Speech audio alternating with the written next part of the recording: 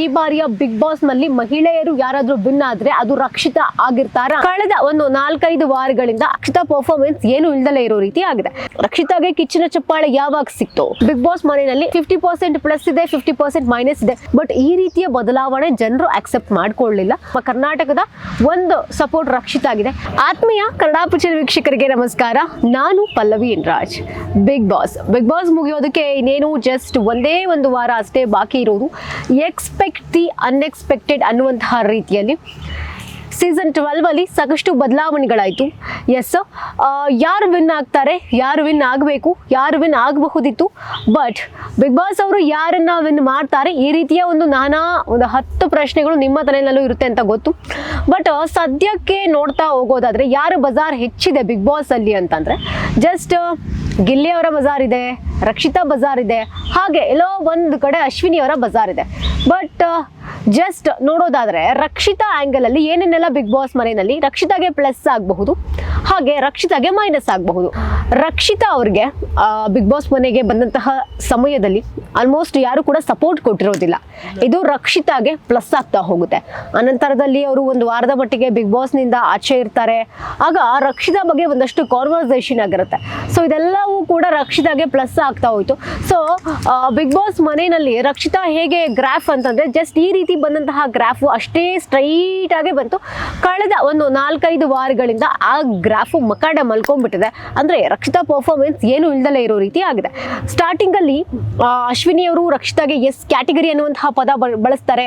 ಜಾನ್ವಿ ಅವರು ಮುಚ್ಕೊಂಡು ಮಲ್ಕೋ ಅಂತಾರೆ. ಒಂದಷ್ಟು ಆ ಟೈಮ್ನಲ್ಲಿ ಒಂದು ವಾರ ಅಂತಂದ್ರೆ ಬಿಗ್ ಬಾಸ್ ಮನೆಯಲ್ಲಿ ಒಂದು ವಾರ, ಬಟ್ ಆಚೆ ಕಡೆ ಒಂದು ತಿಂಗಳು ಒಂದಷ್ಟು ಜಟಾಪಟಿಗಳು ನಡೆಯುತ್ತೆ ರಕ್ಷಿತಾ ವರ್ಸಸ್ ಅಶ್ವಿನಿ ಅಂತ. ಸೊ ಈಗೆಲ್ಲ ಆದಾಗ ಅದೆಲ್ಲವೂ ಕೂಡ ರಕ್ಷಿತಾಗೆ ಪ್ಲಸ್ ಆಗ್ತಾ ಹೋಗುತ್ತೆ. ಆ ನಂತರದಲ್ಲಿ ನಾವು ನೋಡ್ಕೊಂಡು ಬಂದಾಗ ರಕ್ಷಿತಾಗೆ ಏನೆಲ್ಲ ಮೈನಸ್ ಆಗತ್ತೆ, ರಕ್ಷಿತಾಗೆ ಕಿಚ್ಚಿನ ಚಪ್ಪಾಳೆ ಯಾವಾಗ ಸಿಕ್ತು, ಅದರ ಮುಂದಿನ ವಾರದಿಂದ ರಕ್ಷಿತಾ ವೈಖರಿಯೇ ಬದಲಾಗ್ತಾ ಹೋಗುತ್ತೆ ಅನ್ಬೋದು. ರಕ್ಷಿತಾ ಮಾತಾಡೋ ರೀತಿ ಆಗಿರಬಹುದು, ರಕ್ಷಿತಾ ನಡವಳಿಕೊಳ್ಳೋ ರೀತಿ ಆಗಿರಬಹುದು, ಅಥವಾ ರಕ್ಷಿತಾಗೆ ಪೇಷನ್ಸ್ ಇಲ್ದಲೇ ಇರೋದಾಗಿರಬಹುದು, ಅಥವಾ ಕಾವ್ಯ ಅವ್ರಿಗೆ ರಕ್ಷಿತಾ ಅವ್ರಿಗೆ ಅವಾಗ ಜಗಳ ಆಗ್ತು. ಇದೆಲ್ಲವೂ ಕೂಡ ಎಲ್ಲ ಒಂದ್ ಕಡೆ ಕಾವ್ಯಗೆ ಪ್ಲಸ್ ಆಗ್ತಾ ಹೋಗ್ತು, ರಕ್ಷಿತಾಗೆ ಮೈನಸ್ ಆಗ್ತಾ ಹೋಗ್ತು. ಸೊ ಈ ಒಂದು ವಿಚಾರದಲ್ಲಿ ಒಂದು ವಾರಗಳ ಕಾಲ ಗಿಲ್ಲಿ ಅವರ ವಿಚಾರದಲ್ಲೂ ಕೂಡ ರಕ್ಷಿತಾಗೆ ಮೈನಸ್ ಆಗ್ತಾ ಹೋಗುತ್ತೆ. ಅನಂತರದಲ್ಲಿ ರಘು ಅವರ ವಿಚಾರದಲ್ಲೂ ಕೂಡ ರಕ್ಷಿತಾಗೆ ಮೈನಸ್ ಆಗ್ತಾ ಹೋಗುತ್ತೆ. ಸೊ ಒಂದಷ್ಟು ವಾರಗಳ ಕಾಲ ರಕ್ಷಿತಾಗೆ ಈ ಒಂದು ವಿಚಾರ ಮೈನಸ್ ಆಗುತ್ತೆ. ಹಾಗೆ ಧ್ರುವಂತ್ ಅವರ ವಿಚಾರ ಅಂತ ಬಂದಾಗ ರಕ್ಷಿತಾ ಪರವಾಗಿ ಎಲ್ಲರೂ ಕೂಡ ಹಿಂದೆ ಇರ್ತಾರೆ. ಧ್ರುವಂತ್ ಅವರು ರಕ್ಷಿತಾ ಬಗ್ಗೆ ಮಾತಾಡಿದಂತಹ ಟೈಮ್ನಲ್ಲಿ ಅಥವಾ ರಕ್ಷಿತಾಗೆ ಆಡ್ಕೊಂಡಂತಹ ಟೈಮ್ನಲ್ಲಿ ಈ ಸಮಯದಲ್ಲಿ ರಕ್ಷಿತಾ ಪರವಾಗಿ ಎಲ್ಲರೂ ಕೂಡ ಇರ್ತಾರೆ. ಬಟ್ ಎಲ್ಲೋ ಒಂದ್ ಕಡೆ ಒಂದು 3-4 ವಾರದಿಂದ ರಕ್ಷಿತಾ ಬದಲಾಗಿದ್ದಾರೆ.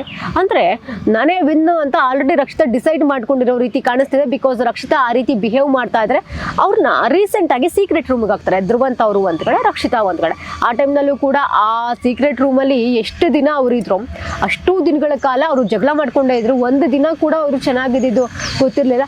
ಆ ಟೈಮ್ನಲ್ಲೂ ಕೂಡ ಎಲ್ಲೋ ಒಂದ್ ಕಡೆ ಕಳೆದೋಗಿದ್ದ ರಕ್ಷಿತಾ ಸಿಗ್ತಾರೇನೋ ಅಂತ ಆಡಿಯನ್ಸ್ ನೋಡ್ತಾರೆ. ಬಟ್ ಆ ಪಾಪ ಅನ್ನೋ ಒಂದು ಎಮೋಷನ್ನು ಆಡಿಯನ್ಸ್ಗೆ ಹಾಗೆ ಇರುತ್ತೆ. ಬಟ್ ರಕ್ಷಿತಾ ಅದನ್ನ ಉಳಿಸ್ಕೊಳ್ಳಲ್ಲ. ಸೊ ಇದೆಲ್ಲ ರಕ್ಷಿತಾಗೆ ಮೈನಸ್ ಆಗ್ತಾ ಹೋಗುತ್ತೆ. ಸೊ ಈಗ ಒಂದು ಅವರ ಗ್ರಾಫ್ ನೋಡ್ತಾ ಹೋಗೋದಾದ್ರೆ ರಕ್ಷಿತಾಗೆ ಬಿಗ್ ಬಾಸ್ ಮನೆಯಲ್ಲಿ 50% ಪ್ಲಸ್ ಇದೆ, 50% ಮೈನಸ್ ಇದೆ. ಸೊ ಈ ಕಾರಣಕ್ಕೆ ಅಂದರೆ ಈಗ ಆಚೆ ನೋಡೋದಾದ್ರೆ ಸೋಷಿಯಲ್ ಮೀಡಿಯಾದಲ್ಲಿ ಸ್ಟಾರ್ಟಿಂಗ್ ಡೇಸಿಂದ ರಕ್ಷಿತಾಗೆ 99.9% ಪಾಸಿಟಿವ್ ಆಗಿ ಟ್ರೋಲ್ ಆಗ್ತಾ ಇತ್ತು. ರಕ್ಷಿತನ ಎಲ್ಲರೂ ಕೂಡ ಇಷ್ಟಪಡೋಕ್ಕೆ ಸ್ಟಾರ್ಟ್ ಮಾಡಿಕೊಂಡ್ರು. ರಕ್ಷಿತಾ ಇಲ್ದಲೇ ಇದ್ರೆ ಬಿಗ್ ಬಾಸ್ ಬೋರಿಂಗ್ ಅಪ್ಪ ಅಂತ ಡಿಸೈಡ್ ಮಾಡಿದ್ರು.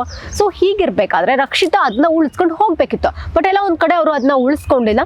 ಸೊ ಈ ಕಾರಣದಿಂದ ರಕ್ಷಿತಾಗೆ ಇದೆಲ್ಲ ವಿಚಾರವೂ ಕೂಡ ನೆಗೆಟಿವ್ ಆಗ್ತಾ ಹೋಯ್ತು. ಬಟ್ ಆಚೆ ಅಂತಂದ್ರೆ ಕರಾವಳಿ ಭಾಗದವರ ಎಲ್ಲರ ಸಪೋರ್ಟ್ ರಕ್ಷಿತಾ ಆಗಿದೆ. ಸೊ ಯೂಶಲಿ ಅವರು ನಮ್ಮ ಹತ್ರ ಮಾತಾಡ್ಬೇಕಾದ್ರೂ ಕೂಡ ಅವ್ರು ಹೇಳ್ತಾರೆ ರಕ್ಷಿತಾ ಬಿಗ್ ಬಾಸ್ ಅಲ್ಲಿ ತುಂಬಾ ಚೆನ್ನಾಗಿ ಆಡ್ತಾ ಇದ್ದಾರೆ. ಸ್ವರಾಜ್ ಶೆಟ್ಟಿ ಅವರು ಕೂಡ ಹೇಳಿದ್ರು, ಅವರಿನ್ನು ಪುಟ್ಟ ಹುಡುಗಿ, ತುಂಬಾ ಚೆನ್ನಾಗಿ ಮಾತಾಡ್ತಾ ಇದ್ದಾರೆ, ಆಟ ಆಡ್ತಾ ಇದ್ದಾರೆ, ಮಾತಾಡ್ತಾ ಇದ್ದಾರೆ, ಟಾಸ್ಕ್ ಆಡ್ತಾ ಇದ್ದಾರೆ. ಇದೇ ರೀತಿ ಅವಳು ಸ್ವಲ್ಪ ಬದಲಾಗ್ತಾಳೆ ಮುಂದಿನ ದಿನಗಳಲ್ಲಿ ಅಂತ ಹೇಳಿದ್ರು. ಬಟ್ ಈ ರೀತಿಯ ಬದಲಾವಣೆ ಜನರು ಅಕ್ಸೆಪ್ಟ್ ಮಾಡ್ಕೊಳ್ಳಿಲ್ಲ. ಸೊ ಈ ಒಂದು ಕಾರಣ ಕೂಡ ರಕ್ಷಿತಾ ಏನಾದ್ರೂ ಫಿನಾಲೆ ತನಕ ಹೋಗಲ್ವೇನೋ ಅನ್ನುವಂಥ ರೀತಿ ಕೂಡ ವ್ಯಕ್ತವಾಗ್ತಾ ಇದೆ. ಬಟ್ ಇನ್ನೊಂದು ಆಂಗಲ್ ಅಲ್ಲೂ ಕೂಡ ನಾವು ನೋಡಬೇಕಾಗಿದೆ, ಆ ಕರಾವಳಿ ಭಾಗದವರ ಎಲ್ಲ ಸಪೋರ್ಟ್ ಕೂಡ ರಕ್ಷಿತಾ ಮೇಲಿದೆ.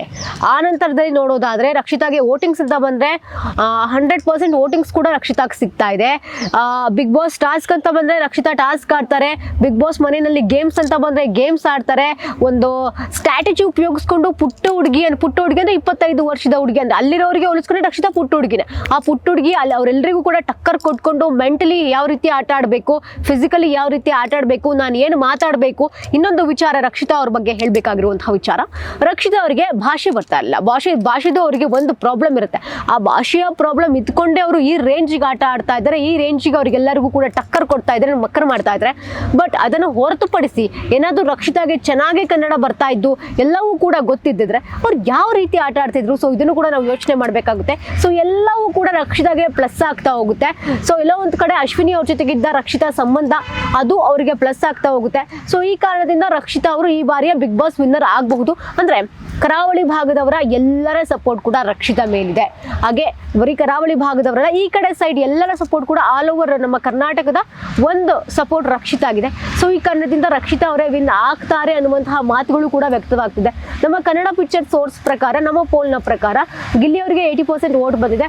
ಅದಾದ ನಂತರದಲ್ಲಿ ಅಶ್ವಿನಿ ಅವರಿಗೆ ಒಂದು 7% ಬಂದಿದೆ, ರಘು ಅವರಿಗೆ 7% ಬಂದಿದೆ.